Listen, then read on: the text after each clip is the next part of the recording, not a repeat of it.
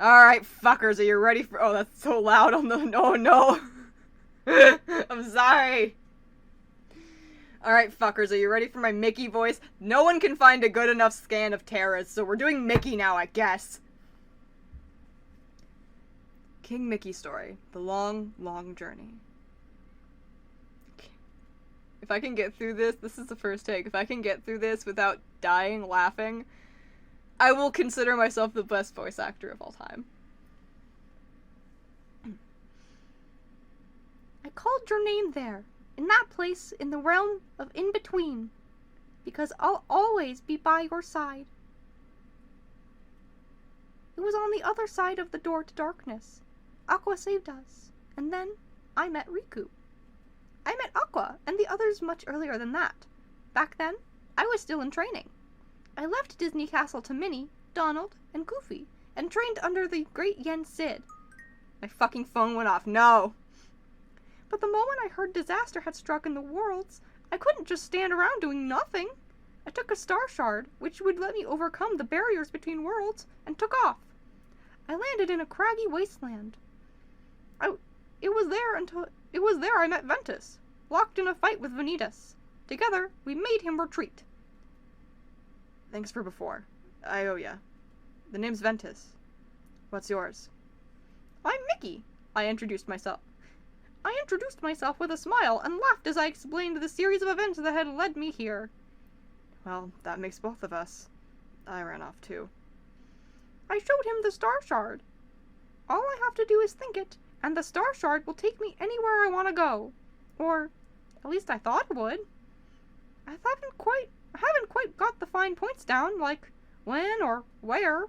It just kind of kicks in whenever it wants to. But I wouldn't have met you if it hadn't brought me here. Ventus peered down at the mysterious shards, but just then, it emitted an intense light, and the two of us were sent flying. The next place I ended up was Radiant Garden. This was when I was still under Ansem the Wise's rule. It seemed I had gotten separated from Ventus in all that light.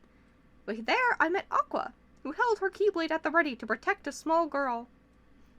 I quickly rushed over and took out the unversed that was closing in on the pair. Hurry! You gotta get that girl someplace that's safe. Aqua scooped the girl up and carried her away. When she returned, the two of us fought together. Afterwards, the little girl ran back to us. I had no idea why, but I could sense something special in her. The girl was Kairi, although I had never realized that. Aqua kneeled down to eye level with both of us. She looked at me and said, "Thank you. My name is Aqua. I train under Master Ericus." "And I'm Mickey.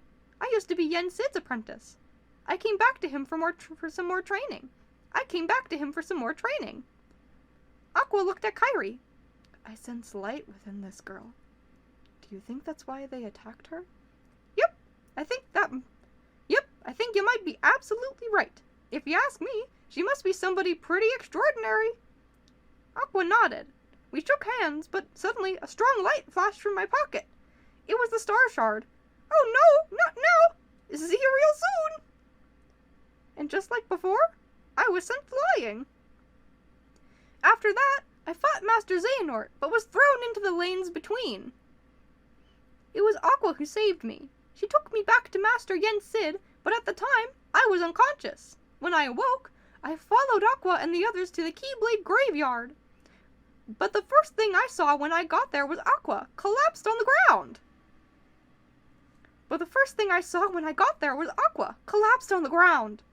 She opened her eyes before long, but by then, Ventus's body was already under Vanitas' control.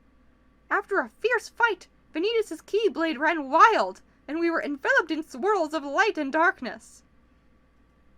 Still, I managed to find Aqua and Ventus, and I brought them back to Yen Sid's.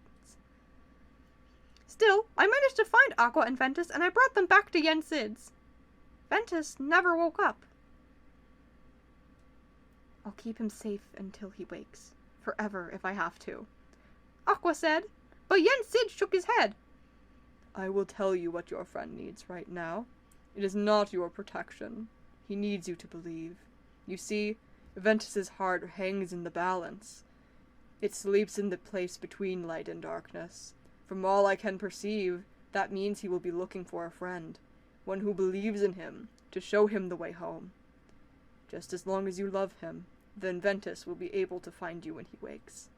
He can follow that love back to where he belongs, the realm of light. I wanted to give her words of encouragement too. Don't you worry, Aqua. I believe in Ven too. Gosh, he's been as good a friend to me as anybody. And if both you and me believe in him with all our hearts, then we'll have two lights to follow instead of one.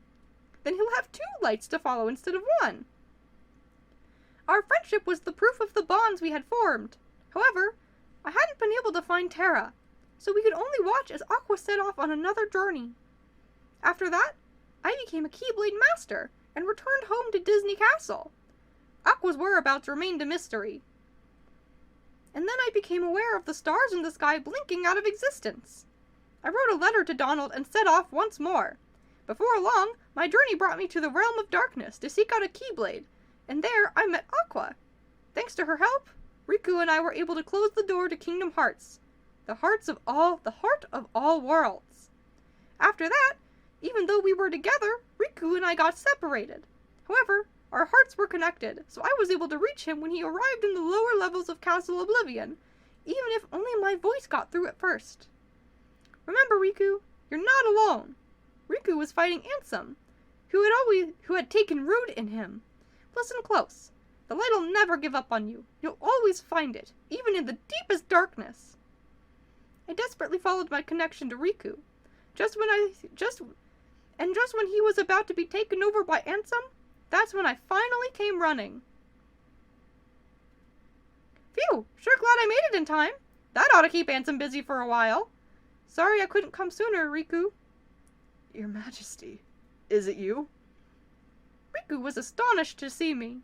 Uh-huh. And then he squeezed me. Whoa, that tickles! This time you're not an illusion.